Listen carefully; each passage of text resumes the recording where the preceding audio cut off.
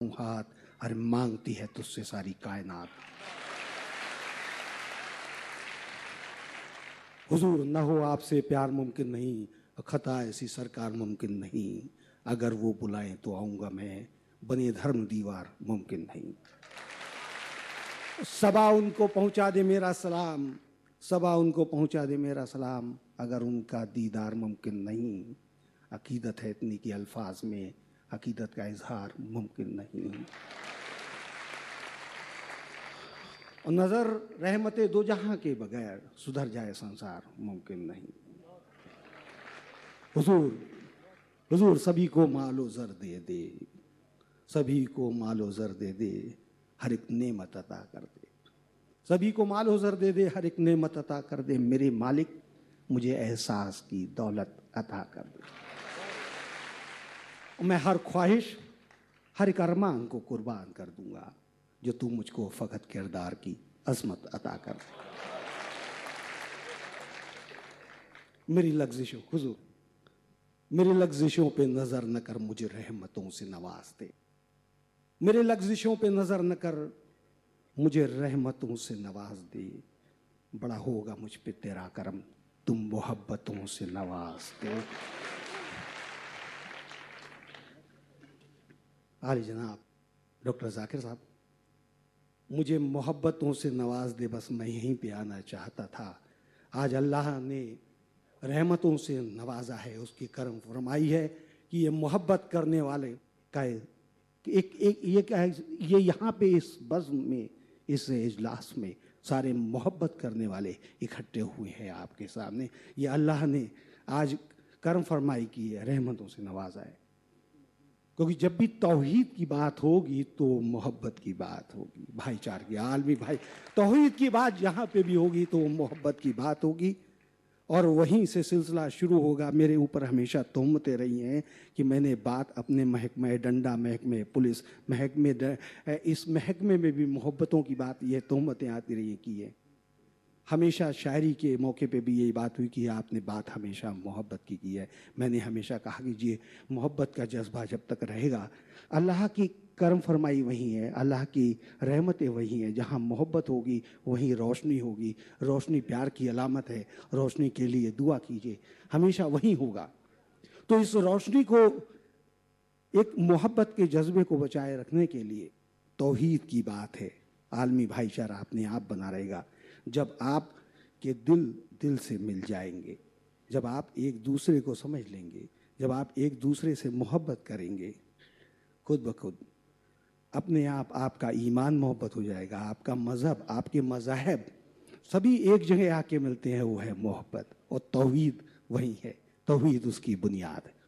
आप तौहीद की बात करते हैं तो भी बुनियाद की उसकी मोहब्बत है। ज़कात की बात भी मोहब्बत है। आप रोज़े की बात करते हैं वो भी मोहब्बत है। हज की बात करते हैं वो भी मोहब्बत की बात है। उसमें कहाँ है ही, उसमें ना इत्तेफाकी कहीं है ही नहीं। सारी बात मोहब्बतों की बात है, सारी कायनात की बात मोहब्बतों की बात है कि नफ़रतों से अलग रास्ता चाहिए। और आज हमको आपकी ज़रूरत है हुजूर। हुजूर आपकी ज़रूरत किस लिए है कि सारे जो पैगंबर हमारे आते रहे और पैगाम लाते रहे, लेकिन उनको हमें तो रास्ता दिखाने वाला कोई हो। आज के इस दौर में, इस ज़रपरस्ती के दौर में रास्ता नहीं मिल रहा है, तो वो तो आप दिखा रहे हैं कि नफ़रतों से अलग रास्ता चाहिए, सिलसिला फिर वही प्यार का चाहिए। और ये अंधेरा, ये बेसम तपना सफ़र, रोशनी चाहिए, रहनुमा चाहिए, रोशनी चाहिए। ये अंधेरा, ये बेसम तपना सफ़र, रोशनी चाहिए, रहनुमा चाहिए। तो जहाँ, जब तक आप जैसे रहनुमा हमारे साथ चलते रहेंगे, आपके नक्शेपा को देख के हम लोग आगे बढ़ते रहेंगे। और हमारा मज़हब मोहब्बत अपने आप में होगा। दायरो हरम में हम जहाँ जाएंगे बस तौहीद की एक बात होगी और वही मोहब्बतों की बात होगी कि हमको नज़र अब इस दुनिया के दायरो हरम से क्या निस्बत, हमको नज़र अब इस दुनिया के दायरो हरम से क्या निस्बत, सबसे जुदा हम अहले वफा के अपने इबादत खाने। बहुत बहुत शुक्रिया। आज ये अल्लाह की करम फरमाई है कि आप तशरीफ़ लाए और हम सब लोगों को रास्ता दिखाया। शुक्रिया, बहुत बहुत शुक्रिया पांडे साहब। हजरात, मेरा दिल तो चाह रहा है लेकिन मजबूरियां कुछ ऐसी हैं।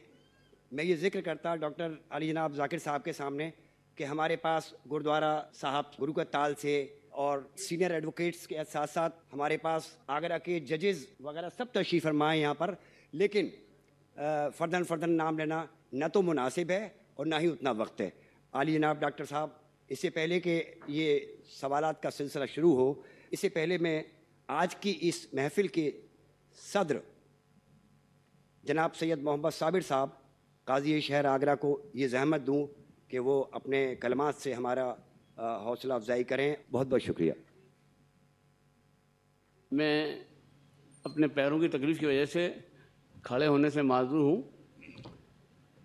अगरचे के अदब के ख़िलाफ़ है। मैं भी माइक पर आकर के ही ये बात कहता। डॉक्टर साहब ने आज हमारी उम्मीदों को इस अंदाज में पूरा किया, ये मजमा बता रहा है। और जैसा कि वकील साहब ने बताया कि बाहर भी इसी अंदाज में लोग हैं, ये जाहिर है शम्मा की कीमत बता रहे हैं कि परवाने कितने हैं। और डॉक्टर साहब से लोग गायबाना तौर से मुतारिफ़ तो थे ही, और बड़ा अरमान था लोगों का कि डॉक्टर साहब तशरीफ़ लाएँ तो बिलमुशाफ़ा मुलाकात भी हो जाए, चेहरा भी देख लिया जाए। मैं जनाब डॉक्टर जाकिर नाइक साहब का तहे दिल से शुक्रगुजार हूँ। मज़हब के तकाबली मुताले में, खुसूसन इस्लाम और वैदिक धर्म में आपका मुताला वाकई बेहद वसी है। आपके बयान से हाज़रीन को बहुत कीमती मालूमात हासिल हुई हैं। खुसूसन उन लोगों के लिए आपका बयान बेहद मुफीद है जो हक़ के मुतलाशी हैं, जो सत्य की तलाश में रहते हैं, हक़ की तलाश में रहते हैं। उन्होंने यकीनन बहुत कुछ हासिल किया होगा। आखिर में मैं तमाम शुरका हज़रात की खिदमत में नेक ख्वाहिशात पेश करता हूँ। बहुत बहुत शुक्रिया डॉक्टर साहब। मैं अपने आप को बिल्कुल यहाँ से हटा रहा हूँ कोने में, और आपको और डॉक्टर साहब को रूबरू सामने किए देता हूँ। सवालात का सिलसिला जारी रखिएगा।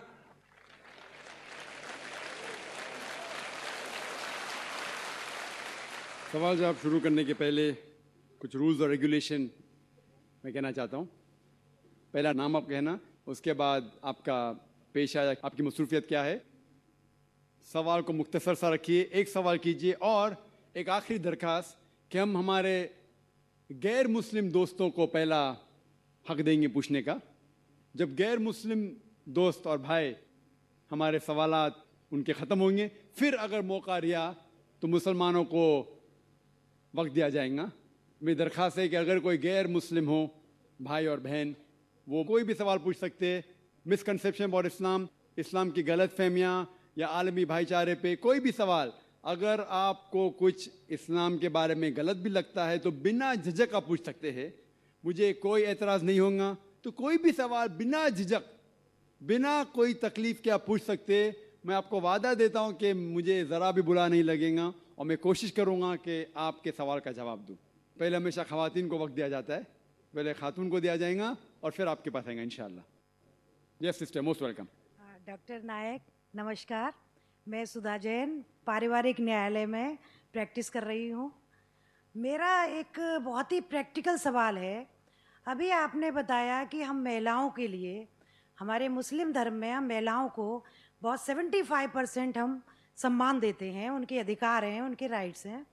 तो मेरा एक सवाल ये है जो कि मैं आए दिन देखती हूँ कि जो आपके जो मुस्लिम धर्म के अनुसार जो तलाक का जो सिस्टम है, 3 बार तलाक देने के बाद उस पर जो इद्दत पीरियड का जो केवल मेंटेनेंस मिलता है, उसके बाद एक अनपढ़, एक ऐसी महिला जो अपना सोर्स ऑफ इनकम उसका कुछ भी नहीं है, उसको किसके सहारे पर छोड़ दिया जाता है। हमारा धर्म जो मुस्लिम धर्म है उसमें कोई ऐसी व्यवस्था कर दी जाए जिससे कि ऐसी महिलाओं को जीवन जो आसानी से कट सके। Thank you. बहन ने एक बहुत अच्छा सवाल पूछा। उन्होंने ये कहा कि इस्लाम मज़हब में जब किसी का तलाक होता है तो बहुत से अनपढ़